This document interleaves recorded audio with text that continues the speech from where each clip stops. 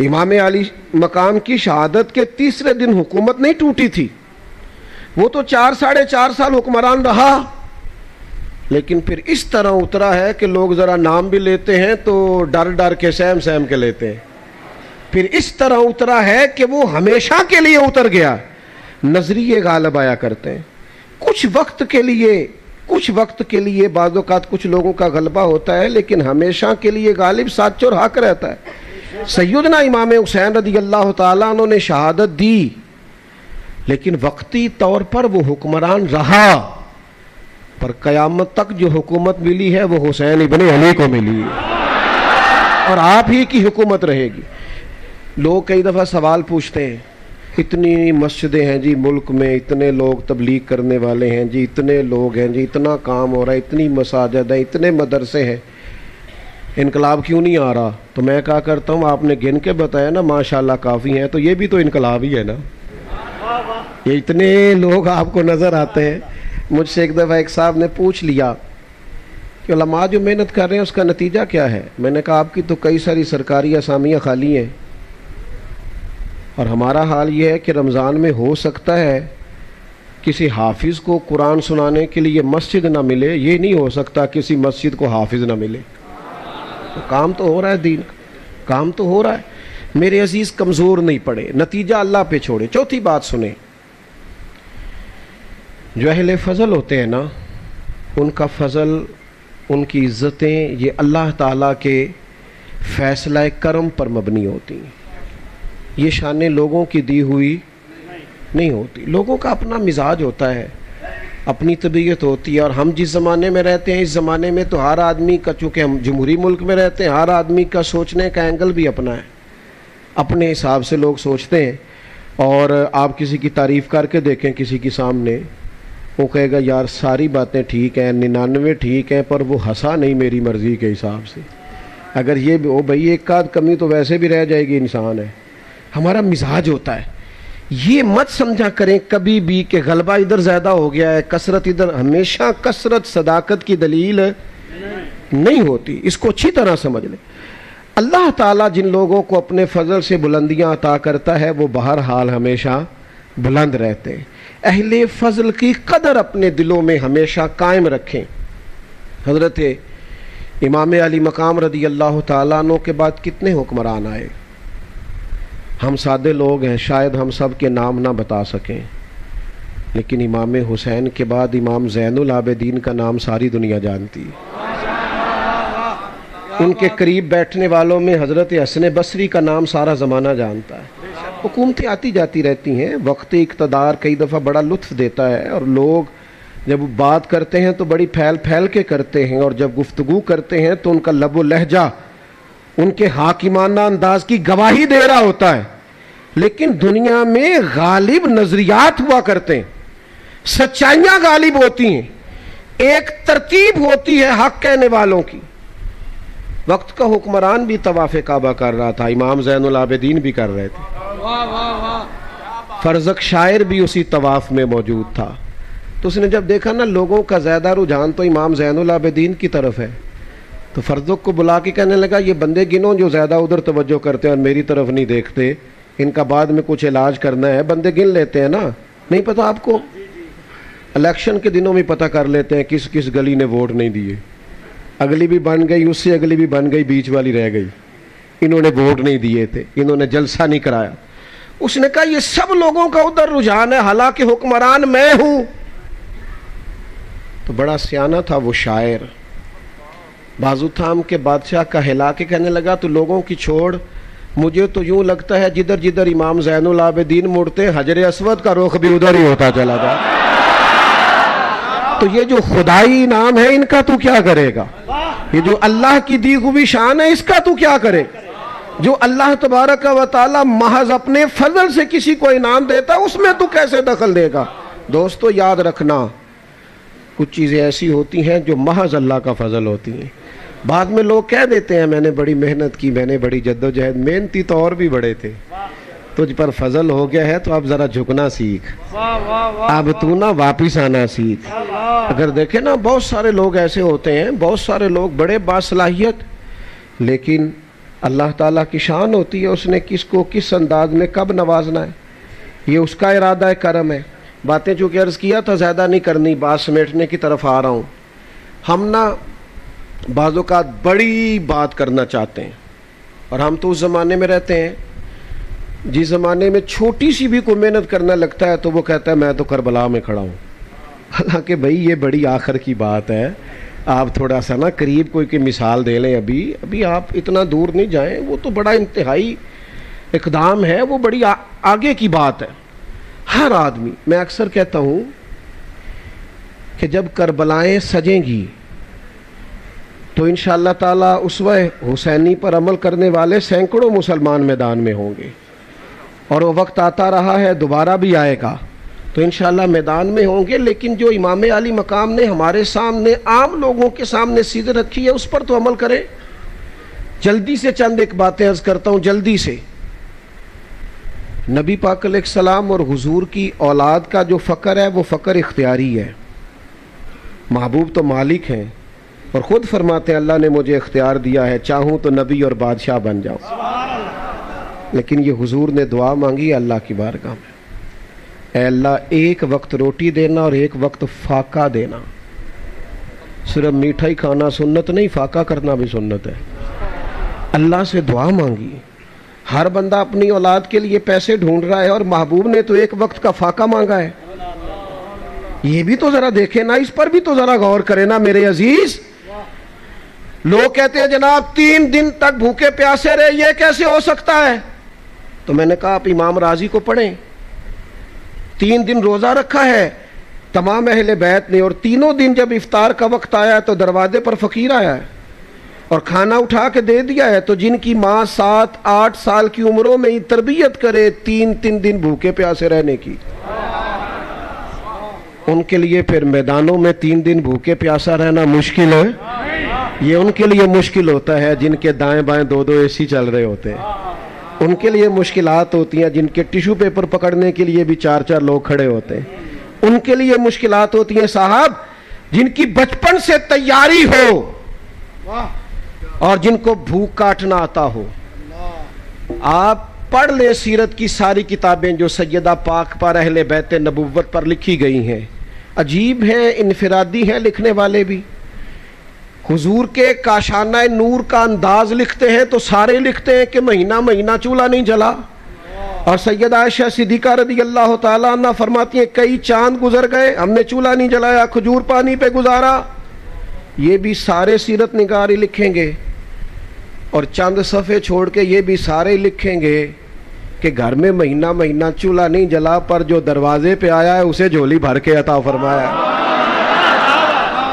یہ بھی انداز اپنائیے۔ ہمارے پاس جو ہے وہ صرف ہمارے لیے ہے، حالانکہ نبی کریم نے فرمایا 2 کا کھانا ہے تو 3 کھا لو، 3 کا ہے تو 4 کھا لو۔ صرف حکمرانوں کا رونا روئیں کہ وہ غریب کی مدد نہیں کرتے۔ یہاں جو جس گاؤں میں جس محلے میں مالدار ہوتا ہے فوراً مکان بدلتا ہے اور وہاں چلا جاتا ہے جہاں سارے امیر ہی رہتے ہیں، پھر جب اسے غریب دکھائی کوئی نہیں دیتا تو درد کیسے غریبوں کا ہوگا؟ میرے عزیز یہ اہل بیت نبوت سے سیکھیں، سادگی میں رہنا، تھوڑے پہ گزارا کرنا، اور اس کے باوجود اللہ کے بندوں کو دینا، اور پھر سیکھو نا میرے محبوب کی اولاد سے مسلوں کو آباد کرنا، اللہ کے حضور حاضری دینا، عبادات کرنا۔ میں بھی دعویٰ کر کے گزر جاتا ہوں نسبت بڑی چیز ہے، کوئی انکار نہیں بڑی چیز ہے، لیکن کیا اس کا معنی یہ ہے کہ آپ آزاد ہو جائیں گے ہر نیک عمل سے؟ جن کی نسبتیں مضبوط ہوتی ہیں وہ تو زیادہ ذمہ دار ہوتے ہیں۔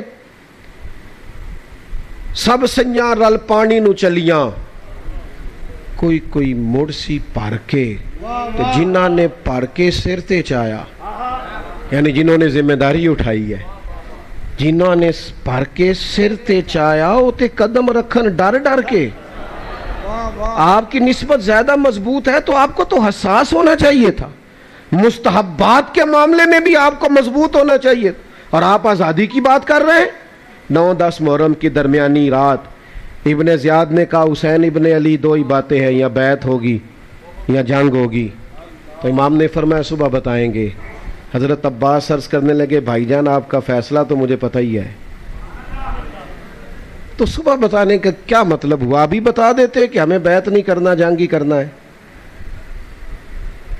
تو امام فرمانے لگے عباس صاحب کا کیا خیال ہے؟ سوچنے کے لیے ٹائم مانگا ہے۔ کہا حضور پھر کس لیے؟ تو نوجوانوں یہ آپ نے یاد رکھنا ہے۔ امام فرمانے لگے عباس تجھے پتہ ہے نا حسین کو سجدوں سے بڑا پیار ہے، سجدوں سے بڑا پیار۔ اللہ کرے اس قوم کو سجدوں سے بھی پیار ہو، تلاوت قرآن مجید کی بھی انہیں لذت نصیب ہو۔ کہا تجھے پتہ ہے نا سجدوں سے؟ میں نے تو ایک رات کا اس لیے کہا ہے کہ ذرا رج کے سجدہ کروں اپنے رب۔ ہاں ہاں جنگیں اچھی تدبیر سے لڑی جاتی ہیں، اسلحہ مضبوط ہونا چاہیے، صف بندی اعلیٰ کریں گے تو کام چلے گا، لیکن بدر کی ساری رات اللہ سے دعا مانگنا یہ بھی میرے رسول پاک کا طریقہ ہے۔ آپ کو اللہ کی مدد اور تائید کو بھی طلب کر۔ سنیں جی سنیں، اللہ آپ کو جزا دے۔ بات ختم کرنے لگا ہوں دوستو، مضبوط جب لوگوں کا مسلح ہوتا ہے، عبادتیں ہو، یہ آپ مسلح سے جڑ جاتے ہیں، روحانی ترقی ہوتی ہے تو پھر دیانتداری بھی پیدا ہوتی ہے، پھر لقمہ حرام سے بھی انسان بچتا ہے، پھر جب وہ عبادات کی طرف بڑھتا ہے تو اس کی طبیعت کے اندر بعض چیزوں سے ویسے ہی کراہت پیدا ہو جاتی۔ تو امام علی مقام سے سیکھیں۔ جب آپ شہید ہو گئے تو حضرت عبداللہ ابن عمر نے فرمایا ظالموں تم نے اسے شہید کیا ہے جو کثرت سے نفل پڑھنے والے تھے، کثرت سے روزے رکھنے والے تھے نفلی۔ اپنی طبیعت میں اہل بیت نبوت کی سادگی کو لائیں، اس مروت کو لائیں۔ اور پھر آخری بات یہ ہے کہ یزید فاسق و فاجر تھا، تو امام علی مقام نے فرمایا سب کچھ کٹ سکتا ہے، ظالم کا ساتھ نہیں دیا جا سکتا۔ ہم تو تھوڑی تھوڑی چیزیں حاصل کرنے کے لیے، بالکل تھوڑے نفع کے لیے بھی ہمارے ارد گرد ظالم ہوتے ہیں، ہم جرت مند نہیں، اپنے قبیلے میں بھی حق نہیں کہتے، دوستوں کے بیچ بھی یہ چھوٹی چھوٹی بات ہوتی ہے، چھوٹی چھوٹی پر ہم ڈرتے ہیں میرا نام نہ لگ جائے۔ وہ ایک دوستوں میں فیملی میں ایک جگہ ایک بچے کو آپریشن تھا، کچھ مشورہ دے رہے تھے نہیں کرانا، کچھ دے رہے تھے کرانا ہے، تو ایک صاحب میرے کان میں کہنے لگے میں میڈیکل سے، رکیں جی بات سنیں، ایک دوست میرے کان میں کہنے لگے میڈیکل سے وابستہ ہونا آپریشن ہی ہے، تو میں نے کہا مشورہ کیوں نہیں دیتے؟ کہنے لگے پھر میرا نام نہ لگ جائے، اور میں نے کہا یار تو میرا نام لے دے۔ کیا مطلب؟ حدیث پاک میں موجود ہے، سرور کائنات علیہ السلام نے فرمایا ہے اللہ تعالیٰ قیامت کے دن ایک شخص سے کہے گا فلاں جگہ حق بات کہنی تھی تو نے کیوں نہیں کہی؟ تو عرض کرے گا مالک میں لوگوں سے ڈر گیا تھا، تو رب فرمائے گا میرا زیادہ حق تھا کہ تو مجھ سے ڈرتا، حق تو میرا بنتا تھا تو لوگوں سے ڈرتا رہا۔ میرے عزیز سب سے پہلے گھر سے بات شروع کریں، گھر میں تو خیر کہنا شروع کریں، حق کہنا شروع کریں، قبیلے میں تو کہنا شروع کریں، اپنے دوستوں کی محفل میں تو آپ اس بات کا اعادہ کریں کہ یہ ٹھیک ہے یہ غلط ہے۔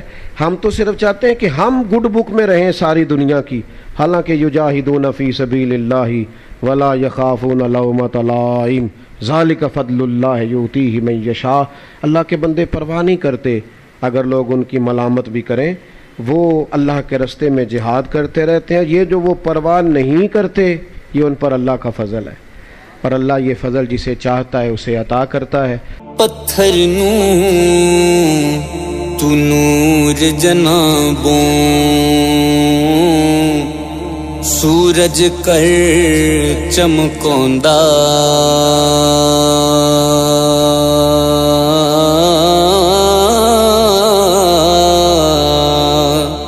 پانی دے ایک قطرے وچوں عرش مجید بنوندا، ساوریاں تھی گورے کردا، گوریاں وچوں کالا، سب سمندر وچوں موتی، کو کافاں وچوں لالا،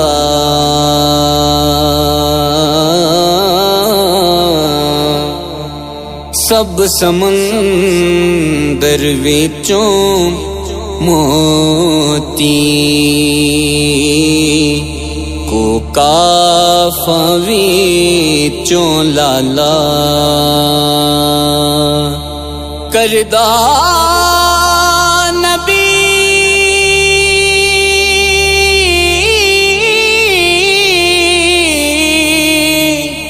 کردا نبی کفاراں وچوں سر پر تاج ٹکا کے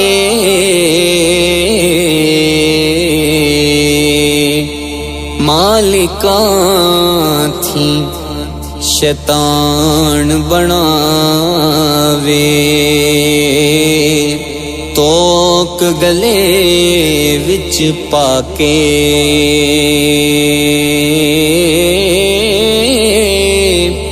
مالکا تھی شیطان بناوے توک گلے وچ پا کے دنیا داراں دے گھر دیندا بیٹے ولی لاہی.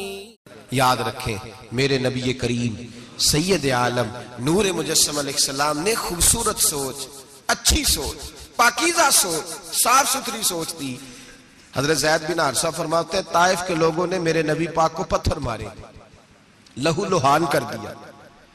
فرماتے ہیں وہاں کے کچھ لوگ بھی انہیں برا کہنے لگے، میں بھی برا کہنے لگا، اس لیے کہ یہ تو عرب کے کلچر کے بھی خلاف تھا. عرب معاشرے کے لوگ اپنے مہمان کے ساتھ یہ سلوک نہیں کرتے تھے، چاہے وہ کوئی بھی ہو.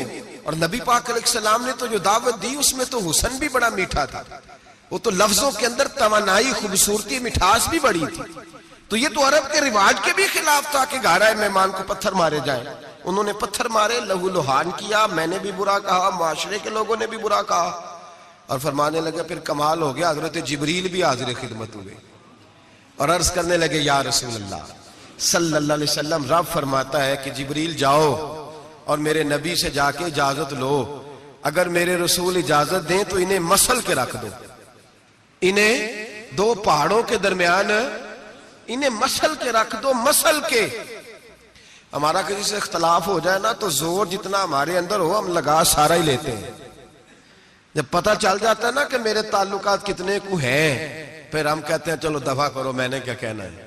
اصل بات پتہ کیا ہوتی ہے کہ انگور کھٹے ہاتھ نہیں پہنچتا، ورنہ اختلاف ہو جائے تو دل ہمارا کرتا ہے کہ پیس کے رکھ دیں، لیکن چونکہ اتنی پہنچ نہیں ہوتی تو پھر لوگ واپس آ کے پتہ کیا کہتے ہیں، اور میں نے کہا چلو وہ تو فضول آدمی ہے، میں نے تو نہیں نا اس طرح کا باندھ جانا. اصل بات یہ ہوتی ہے کہ انگور ہاتھ نہیں پہنچتا. عرض کی یا رسول اللہ صلی اللہ علیہ وسلم، رب کریم فرماتا ہے کہ جبریل جا کے آپ اجازت لیں، اگر حضور آپ کو اجازت دے دیں.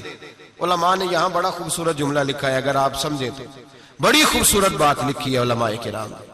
علماء کہتے ہیں اہل محبت کے لیے فکرہ ہے. علماء کہتے ہیں جو رب کافر کو سزا دینے کے لیے بھی رسول اللہ سے پوچھتا ہے، کافر کو سزا دینے کے لیے بھی کہتا ہے محبوب اگر تو کہے تو سزا دے دوں، کافر کو سزا دینے کے لیے پوچھتا ہے. ہم تو رسول اللہ کے کلمہ پڑھنے والے ہیں. اور جو نبی کافر کے بارے میں کہتے ہیں یا اللہ نہیں انہیں نہیں کہنا، تو محبوب اپنے غلاموں کے بارے میں یہی کہیں گے اللہ کوئی نہیں، بھول گئے تھے، معاف فرما دے، معاف کر دے. باریک نقطہ یہاں علماء نے بیان کیا، اس کو سمجھا کریں. نبی کریم سید عالم صلی اللہ علیہ وسلم سے پوچھا، عرض کی یا رسول اللہ صلی اللہ علیہ وسلم، حضور رب فرماتا ہے اگر اجازت. اب سوچ کا معیار دیکھیں نبی پاک کی، حضور کی سوچ کی توانائی دیکھیں. صحت مند دماغ فروغ پاتا ہے اس سے جو افکار ہمیں ہمارے رسول نے دیے. بیمار ذہن لوگ یہاں تک نہیں پہنچ سکتے جن کو سارا زمانہ ہی برا لگتا ہے، فلانا بھی غلط، فلانا بھی غلط، فلانا بھی، تو جناب صحیح کون ہے؟ کہتا ہے میں اکیلا ہی صحیح ہوں. او بھائی صحت مند سوچ نبی پاک نے فراہم کی. یا رسول اللہ اگر آپ اجازت دیں تو تباہ کر دیں، لیکن حضور کی امید دیکھیں، زاویہ نگاہ دیکھیں، سوچ کا معیار دیکھیں. میرے رسول نے فرمایا نہیں، انہیں تباہ نہیں کرنا. حضور کیوں؟ فرمایا ہو سکتا ہے ان کی نسلیں کلمہ پڑھ کے مسلمان ہو جائیں. اگر تباہ ہو گئے تو نسلیں کیسے آئیں گی، اولادیں کیسے ہوں گی؟ تو میں ان کی نسلوں سے بھی امید کرتا ہوں کہ میرے پیغام کو سمجھیں گی اور قریب آئیں گی۔ میرے بھائی یاد رکھیں اس بات کو، سمجھ لیں نبی پاک علیہ السلام نے ہمیں صحت مند سوچ دی ہے، ہمارے افکار و نظریات کو توانائی دی ہے۔ ہر وقت برا سوچنا، برا گمان کرنا اس ملک کا کچھ نہیں ہو سکتا، یہ فلاں نہیں ہو سکتا، کیوں نہیں ہو سکتا؟ اٹھ باندھ کمر کیوں ڈرتا ہے؟ تو دیکھ خدا کیا کرتا ہے، تو عمل کر اور رزلٹ اللہ تبارک و تعالیٰ پہ چھوڑ دے۔ سوچ صاف ستھری، نظریات پاک صاف، اچھے افکار پیدا کریں، اچھے خیالات پیدا کریں، اچھی سوچ، کسی کی عیب جوئی نہ کریں، ڈھونڈتے نہ پھریں کہ فلاں شخص میں کیا ہے۔ میرے نبی پاک سید عالم صلی اللہ تعالیٰ علیہ وآلہ وسلم نے ارشاد فرمایا اگر تم لوگوں کے عیب ڈھونڈو گے تو انہیں خراب کر دو گے۔ حدیث پہ غور کیا حضرات؟ اگر تم لوگوں کے عیب ڈھونڈو گے تو انہیں، بندے خراب ہو گئے کہ تم خراب کر دو گے؟ اگر عیب ڈھونڈو گے تو تم انہیں خراب کر دو گے۔ کیا مطلب؟ فرمایا اس لیے کہ تمہاری نظر غلط ہو گئی ہے، اب تم روز نئے سے نئے گناہ کا زاویہ ان کے لیے بناؤ، روز نئی سے نئی بری سوچ جنم لے گی تو تم خراب کر رہے ہو اپنے زاویہ نگاہ کے مطابق۔ اس لیے کسی کے عیب تلاش نہ کرو، کسی کے عیب تلاش ڈھونڈتے نہ پھرو، جاسوسی نہ کرو۔ لوگوں کا معبوم مشغلہ ہے خوبیاں بیان ہی نہیں کرتے، خامیاں ہی بیان کرتے ہیں، کوتاہیاں ہی بیان کرتے ہیں، کمزوریاں ہی بیان کرتے ہیں۔ لوگ جب بھی کوئی لفظ ڈھونڈ کے لاتے ہیں تو کوئی کمی والا لفظ ڈھونڈ کے لاتے ہیں۔ خوبیاں تلاش کر، خوبصورتیاں بیان کر، اچھائیوں کا ذکر کر، مثبت سوچ۔ اور نفسیات کے لوگ یہ کہتے ہیں کہ ٹینشن کے مریض اس لیے زیادہ ہیں کہ لوگوں کی سوچ مثبت نہیں، بڑے پریشان ہیں، کہتے ہیں وہ بندہ بھی غلط ہے، وہ بھی غلط ہے، وہ بھی غلط ہے، وہ چور ہے، وہ ڈاکو ہے، وہ فریبی ہے، وہ ظالم ہے، وہ جابر ہے، سارا دن ٹینشن میں رہتے ہیں، تو پھر نفسیات کے مریض ہو جاتے ہیں، بڑی پریشانی۔ یہ بتائیں اللہ تبارک و تعالیٰ جب کسی کو دیتا ہے تو کسی سے مشورہ کر کے تو نہیں نہ دیتا، وہ کہتا ہے وَيَرْزُقْهُ مِنْ حَيْثُ لَا يَحْتَسِبُ، میں جس کو دیتا ہوں بے حساب ہی عطا کر دیتا ہوں۔ لوگ ڈھونڈتے پھرتے ہیں، کہتے ہیں پتہ نہیں کون سا بینک لوٹا اس نے، پتہ نہیں کون سا بینک لوٹا ہے۔ ایک بہت بڑے ادارے کا مجھے وزٹ کرنے کا موقع ملا، بہت بڑا ادارہ تھا، میری طبیعت خوش ہو گئی۔ لاوارث یتیم بچوں کے لیے ادارہ بنایا اور جدید دور کے تقاضوں کے میں خوش ہو گیا۔ میں نے کہا کیا بات؟ ایک صاحب میرے کان میں کہنے لگے انہوں نے بڑے پیسے اکٹھے کیے ہیں، 3 گنا تو یہ کھا گئے، صرف چوتھا حصہ لگایا ہے۔ تو میں نے کہا آپ نے دیے تھے پیسے جو کھا گئے؟ کہنے لگے نہیں۔ میں نے کہا وہ جس نے دیے ہوں گے آپ کا قریبی رشتہ دار ہوگا؟ نہیں۔ دوست ہوگا؟ نہیں۔ میں نے کہا آپ کو کس نے بتایا کھا گئے؟ کہتے میں نے لوگوں سے سنا ہے، میں نے لوگوں سے سنا ہے۔ میں نے کہا نادان آدمی، کتنے کو پیسے؟ کہنے لگا جی کئی کروڑ۔ میں نے کہا تیرے میرے پہ تو کوئی 5 لاکھ کا اعتبار نہیں کرتا، اس پر کسی نے اعتبار کیا ہے تو اسے لاکھوں دیے نا، تجھے مجھے کیوں نہیں دے دیے؟ اپنی سوچ کو صحیح کر، اپنے افکار کو سیدھا کر، تو یہ دیکھ تو صحیح رب کریم اس سے کام کون سا لے رہا ہے۔ میرے نبی پاک علیہ السلام نے فرمایا جس کے گھر میں یتیم پلتا ہے اس گھر کے فرشتے دیدار کرنے آتے ہیں۔ تو دیکھ تو صحیح اللہ کام کون سا لے رہا ہے۔ یتیم اور لوارث جس کے گھر میں پڑھ رہے ہیں تو اسے معمولی آدمی سمجھ رہا ہے؟ لوگ 1 منٹ لگاتے ہیں، بدگمانی کرتے ہیں، بری سوچ رکھتے ہیں، کبھی قطعاً ایسی کوئی بات اپنے ذہن کے اندر نہ لائے۔ اور ویسے بھی حساب لینے کی ڈیوٹی اللہ تعالیٰ کی ہے، ہماری نہیں ہے۔ حضرت محدث ابن جوزی رحمت اللہ تعالیٰ علیہ ارشاد فرماتے ہیں، حضرت سیدنا حبیب اجمی رحمت اللہ تعالیٰ علیہ کے پاس ایک شخص آیا کرتا تھا، صحبت میں بھی بیٹھتا تھا لیکن کام وہ ٹھیک نہیں کرتا تھا، سود کا دھندا تھا، لمبے چوڑے اس کے مسائل تھے۔ حالانکہ ایک ہی بیٹی تھی، وہ بھی دونوں ٹانگوں سے معذور تھی، دونوں ٹانگوں سے معذور، بڑے حکیم طبیب دکھائے لیکن بچی کو شفا نہیں ہوتی۔ شخص بھی اپنے مزاج کے لحاظ سے اچھا نہیں تھا۔ ایک دن سویرے سویرے آیا حضرت حبیب اجمی کے پاس۔ توجہ ہے آپ دوستوں کی میری بات، غور ہے میری بات پر کیا سمجھانا چاہ رہا ہوں۔ کہتے سویرے سویرے آیا تو کہنے لگا حضور مجھے توبہ کرا دیں، آج کے بعد نہ جھوٹ بولوں گا، نہ حرام کھاؤں گا، نہ شراب پیوں گا۔ تو کہتے ہیں جتنے لوگ بیٹھے تھے کان کھڑے ہو گئے۔ کہا تجھے کیا ہوا؟ کہنے لگا 11-12 سال کا نوجوان آیا مجھے توبہ کرا گیا، چڑھتی جوانی، 11-12 سال 14-15 سال کا بچہ مجھے توبہ کرا گیا۔ تو کہتے ہیں ہم محب حیرت ہوئے کہ اتنا سا بچہ؟ تو کہتے ہیں کسی نیک باپ کا بیٹا تھا، کسی پرہیزگار ماں کا بیٹا تھا، گھر میں تربیت ہوئی. اتنے بچے تو خانقاہ بھی نہیں جاتے، اتنے سے بچے تھوڑی کسی ادارے کے فارغ التحصیل ہوتے ہیں. کس مدرسے سے پڑھے ہوتے؟ کہتے چھوٹی سی عمر. تو کہا جناب آپ کو کیسے ملا؟ تو وہ شخص کہنے لگا حضور کل میں گیا بازار، میں نے بغداد کے چوک سے 10 کلو مچھلی بھی خرید لی اور کچھ اور ضرورت کی چیزیں بھی، مہمان آنے تھے، وہ سارا کچھ خرید کے میں جب نکلا تو سامان زیادہ ہو گیا. چوک میں مزدور بیٹھے ہوتے تھے، میں نے کہا بھئی میرے ساتھ فلاں محلے تک سامان پہنچانا ہے. وہ بچہ کہنے لگا چچا اگر میں چلوں تو. میں نے اس کو ایڈریس وغیرہ بتلایا تو 3 دینار مزدوری طے ہو گئی سامان گھر پہنچانے کی. کہتے میرے ساتھ وہ نکلا اور جب رستہ طے کرنے لگا تو رستے میں گرمی بڑی سخت تھی، ظہر کا وقت تھا. ذرا ہم نے چند قدم اٹھائے، 2-4 گلیاں گزرے تھے کہ اذان ظہر کی آواز آنے لگی. تو کہتے ہیں بڑی منت کے انداز میں، بڑی گزارش کے انداز میں میری طرف دیکھا، عمر چھوٹی سی ہے. کہنے لگا چچا اگر اجازت مل جائے تو میں ظہر کی نماز پڑھ لوں. کہتے ہیں میں ایک جگہ پھٹے پہ بیٹھ گیا اور گپے کرنے لگا، سامان وہاں رکھا. میں نے کہا پڑھ لے نماز. کہتے ہیں بچہ نماز پڑھنے چلا گیا، باقی لوگ دیر سے آئے، وہ نماز پڑھ کے جلدی آ گیا. میں نے کہا بیٹے تو جلدی آ گیا ہے؟ کہنے لگا اس لیے جلدی آیا ہوں کہ آپ یہ نہ سمجھے یہ کام چور ہے، میں نے نفل چھوڑ دیے ہیں، فارغ ہو کے پڑھ لوں گا. کہتے ہیں سامان اٹھایا، رستے میں گرمی شدت کی تھی، اس کا پسینہ بہنے لگا. میں آگے بڑھا، میں نے کہا بیٹے سامان تھوڑی دیر کے لیے مجھے دے دو، گرمی زیادہ ہے. کہنے لگا چچا کسی کا تربیت یافتہ ہوں، کسی نے ٹریننگ دی ہے. کہا ماں باپ نے کہا تھا حرام لقمہ گھر نہ لانا. کہا بات کیا ہوئی؟ کہنے لگے میں آپ کو نہیں دے سکتا، اس لیے کہ 3 دینار مزدوری گھر پہنچانے کی طے کی ہے، اگر آپ اٹھائیں گے تو پھر میں پیسے پورے نہیں لوں گا. دامان نے توکل کی یہ خوبی ہے کہ اس پر پیبند لگے ہوتے پر دھبے نہیں ہوتے. میں پھر مزدوری پوری نہیں لوں گا، پیسے کم لوں گا. کہتے ہیں میں محو حیرت ہو گیا. اس جوان کی بات نے میرے سارے وجود تھر تھر کبا ڈالا کہ اس دور میں اس قسم کے لوگ. کہتے ہیں گھر لے گیا اس کو، میں سامان رکھا. میں نے کہا تم یہاں ٹھہرو، میں 3 دینار مزدوری لاتا ہوں. کہتے ہیں پیسے لینے گیا تو بیوی کو بتایا بڑا نیک ہے، بڑا پرہیزگار جوان ہے. کہنے لگی روٹی پکی ہوئی ہے، اسے کہو دوپہر کا کھانا کھا لے. کہتے ہیں میں باہر گیا، 3 دینار تھمائے.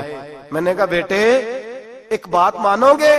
تو کہتے ہیں 3 دینار دے کے کہنے لگا اب تو آپ مالک ہو گئے، میں نے نمک کھا لیا ہے، اب تو ہر بات مانوں گا. اصلہ نال جے نیکی کریے نسلہ تاک نہیں بھول دے، میں اب ہر بات مانوں گا.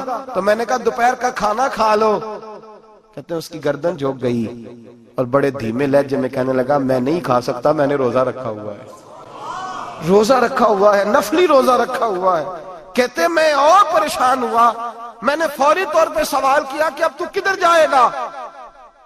تو کہنے لگا اب میں کہیں نہیں جاؤں گا، میرے 1 دن کا خرچہ میرے ماں باپ نے جو ڈیوٹی لگائی ہے وہ 3 دینار ہے، پورا ہو گیا ہے. اب میں باقی جو وقت بچے گا یا قرآن پاک کی تلاوت کروں گا یا محمد عربی پہ درود و سلام پڑھوں گا، میں اب کوئی اور کام نہیں کروں گا.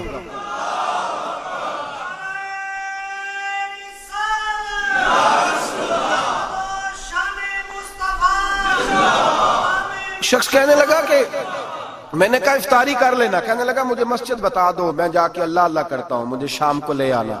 افطاری ہمارے ساتھ اس کی طے ہو گئی، مسجد چلا گیا. مغرب بعد لینے گیا تو کہنے لگا عشاء کے بعد آنا، اب تو میں نے پانی سے افطار کر لیا، کھانا کھانے جاؤں گا تو جماعت رہ جائے گی. کہتے ہیں عشاء کے بعد میں لایا، اس کو کھانا کھلایا. رات گہری ہو گئی تو میں نے کہا تو سو نہیں جاتا؟ کہنے لگا کوئی عرض نہیں، کبھی دور مزدوری کرنے نکل جاؤں تو رہ بھی جاتا ہوں، گھر والوں کو پتا ہے. کہتے میں نے مسافر خانہ کھولا، یوں سمجھیے ڈرائنگ روم بیٹھک میں نے کھولی، اس کو سلا دیا. میں اور میری بیوی اپنی معذور بیٹی کو روٹی دینے گئے اور ہم نے جا کے اس کو کھانا کھلایا جو ٹانگوں سے معذور تھی، اور ساتھ کہا کہ بیٹی آج بڑا پرہیزگار جوان ہمارا مہمان ہے. آج چڑھتی جوانی اور تقوی کی روشنی اس کے چہرے سے چمکتی ہے. کیا بات ہے، بڑے ہی اچھے گھرانے کا تربیت یافتہ ہے. کہتے ہیں بچی کو کھانا کھلا کے لوٹے، اپنے کمرے میں سو گئے، بیٹی اپنے کمرے میں لیٹ گئی. ترس گئے تھے کہ بیٹی قدموں پہ چلے. تہجد کا وقت ہوا تو دروازے پہ دستک ہوئی. بڑی بے چینی کے ساتھ اٹھے میاں بیوی، کون ہے؟ بیٹی کی آواز آئی ابا جی دروازہ جلدی کھولیں. کہتے ہیں کلیجے پھٹنے لگے، ذہن بکھرنے لگے. سوچے ہیں کہ وہ 2-1 منٹ ہمارے اوپر پہاڑ بننے لگے. دروازہ کھولا تو وہ بیٹی جس کے لیے ترس گئے تھے کبھی چلے گی، وہ اپنی ٹانگوں پہ کھڑی ہے. کبھی دوڑ کے ادھر جاتی کبھی دوڑ کے ادھر آتی.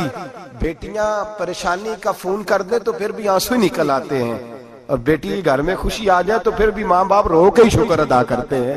ان کے لیے روتے ہی رہتے ہیں, کہتے ہیں میں تڑپ گیا. بیوی بھی رونے لگی, بیٹے یہ کیا ہوا, ہم تو مایوس ہونے لگے تھے معاذ اللہ کہ اب تو ٹھیک نہیں ہوگی, کیا ہوا. کہنے لگے ابا جی اماں جی آپ نے بتایا نا نیک جوان آیا ہے, نیک آیا ہے, تو میں آپ چلے گئے تو میرے دل میں خیال آیا اے اللہ اگر وہ واقعی نیک ہے تو اس کے صدقے مجھے شفائی عطا فرما دے. یا ایھا الذین آمنوا اتقوا اللہ وابتغوا الیہ الوسیلہ, اے اللہ صحت ہی دے دے.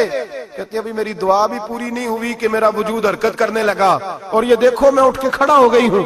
کہتے ہیں ہم لوگوں نے یہ دیکھا تو بھاگے اس کے کمرے کی جانب, جب دروازے پہ ہاتھ رکھا تو دروازہ کھل گیا, آگے گئے تو پلنگ خالی تھا, ایک رکا چھوڑ گیا ہے. کہنے لگا مجھے پتا ہے میری حقیقت کھل گئی ہے, میں نے یہ کرامت کوئی کمپنی کی مشہوری کے لیے نہیں دکھائی کہ لوگ میرے پیچھے بھاگنے لگے, مرید ہونے لگے, طواف کرنے لگے. میں تو اللہ کا بندہ ہوں, اگر تمہیں مجھ سے ذرا بھی پیار ہو گیا ہے تو پھر میرے پیچھے نہ بھاگنا, اللہ کی بارگاہ میں جھک جانا, پھر گناہوں سے توبہ کر لینا.